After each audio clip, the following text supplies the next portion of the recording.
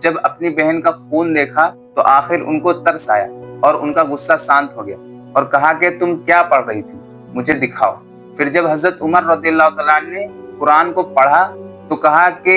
کیا اسی سے بھاگ رہے تھے قریش کے لوگ؟ بے شک جس کا یہ کلام ہے اس کا کوئی معبود نہیں۔ اتنا کہنے کے بعد دوبارہ حضرت عمر رضی اللہ تعالیٰ عنہ دار ارقم یعنی رسول اللہ صلی اللہ علیہ وسلم کی طرف روانہ ہوئے، لیکن وہاں اب تک کسی کو بھی پتہ نہیں تھا کہ حضرت عمر رضی اللہ تعالیٰ عنہ کا دل اسلام کی طرف مائل ہو چکا۔ تو جب وہ وہاں پہنچے تو ایک صحابی نے تھوڑا سا دروازہ کھول کر دیکھا کہ حضرت عمر رضی اللہ تعالیٰ عنہ دروازے کے باہر کھڑے ہیں اور ان کے پاس تلوار بھی ہے۔ تو کچھ مسلمان تو بالکل ڈر گئے، لیکن حضرت حمزہ رضی اللہ تعالیٰ عنہ نے کہا کہ عمر کو آنے دو، اگر اس کی نیت صاف ہے تو ٹھیک ہے، لیکن اگر اس کی نیت صحیح نہیں ہے تو میں اسی کی تلوار سے اس کی گردن اڑا دوں۔ جب حضرت عمر رضی اللہ تعالیٰ عنہ اندر آئے تو رسول اللہ صلی اللہ علیہ وسلم نے ان سے پوچھا کہ عمر، کیا اب بھی وقت نہیں آیا کہ تم حق اور سچ کو سمجھ سکو؟ جس پر حضرت عمر رضی اللہ تعالیٰ عنہ نے سب مسلمانوں کے سامنے اسلام قبول کر لیا۔ اس پر وہاں موجود سارے مسلمان زوروں سے اللہ اکبر کے نعرے لگانے لگے۔ حضرت عمر رضی اللہ تعالیٰ عنہ کے اسلام قبول کرنے کے بعد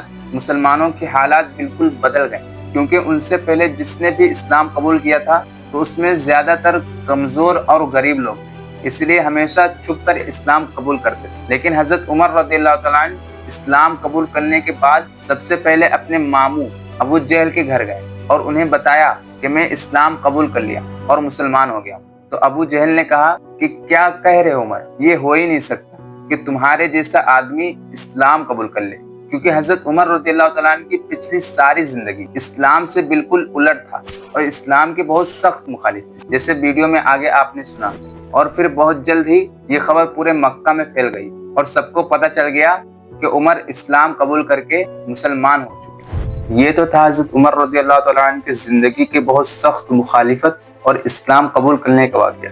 لیکن اسلام میں آنے کے بعد حضرت عمر رضی اللہ تعالیٰ عنہ کی زندگی میں ایک وقت ایسا بھی آیا جس میں حضرت عمر رضی اللہ تعالیٰ عنہ خلیفہ بننے کے بعد ایک دن مکہ کے اس علاقے سے گزرے جہاں وہ بچپن میں اونٹ چرایا کرتے تھے، اور فرماتے ہیں کہ اللہ کی کیا شان ہے کہ میری زندگی میں ایک وقت ایسا بھی تھا کہ میں یہاں اونٹ چرایا کرتا تھا اور صرف تھوڑی سی غلطی پر میرا باپ مجھے بہت مارا کرتا تھا، اور آج ایسا دن ہے کہ میرے اور اللہ کے درمیان دنیا میں کوئی بھی نہیں۔ مطلب اس وقت حضرت عمر رضی اللہ تعالیٰ عنہ دنیا کے سب سے بڑی امپائر کے لیڈر اور دنیا کے سب سے طاقتور انسان بن چکے تھے۔ ان سے پاورفل کوئی بھی نہیں تھا سوائے اللہ کے۔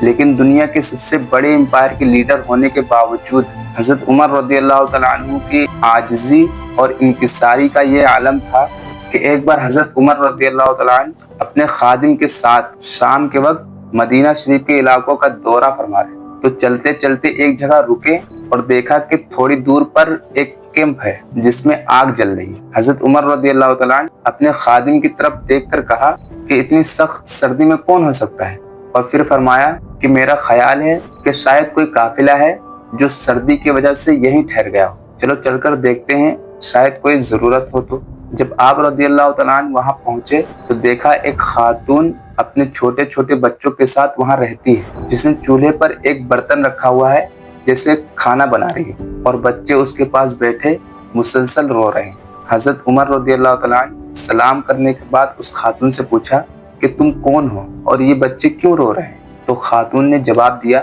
کہ میں مدینہ شریف کی رہائشی ہوں، ان بچوں کو زوروں سے بھوک لگی ہے اور یہ بھوک کی وجہ سے رو رہے ہیں۔ حضرت عمر رضی اللہ تعالیٰ عنہ نے پوچھا کہ اس پتیلے میں کیا ہے؟ خاتون نے کہا کہ اس پتیلے میں تو صرف پانی ہے، میں تو بچوں کا دل بہلانے کے لیے آگ پر چڑھا رکھی ہوں تاکہ بچے کھانا پکنے کے انتظار میں سو جائیں۔ اور خاتون کہنے لگی کہ میں ایک غریب عورت ہوں، میرے پاس اتنے پیسے نہیں ہیں کہ میں اپنے بچوں کو کھانا کھلا سکوں۔ حضرت عمر رضی اللہ تعالیٰ عنہ نے اس خاتون کی یہ باتیں سن کر اس سے کہا تم تھوڑی دیر انتظار کرو جب تک کہ میں واپس نہیں آ جاتا ہوں۔ حضرت عمر رضی اللہ تعالیٰ عنہ نے اپنے خادم سے کہا جلدی چلو۔ وہ واپس گھر پہنچے اور جلدی سے ایک بوری میں آٹا، کھجورے، کچھ رقم اور کھانے کی دیگر چیزیں ساتھ لی اور اپنے خادم سے کہا کہ یہ بوری میرے پیٹھ پر رکھ دو۔ تو خادم نے کہا حضور یہ بوری میں اٹھا لیتا ہوں، آپ تکلیف کیوں کر رہے ہیں، میں اس بوری کو خاتون تک پہنچا دوں گا۔ حضرت عمر رضی اللہ عنہ نے خادم سے کہا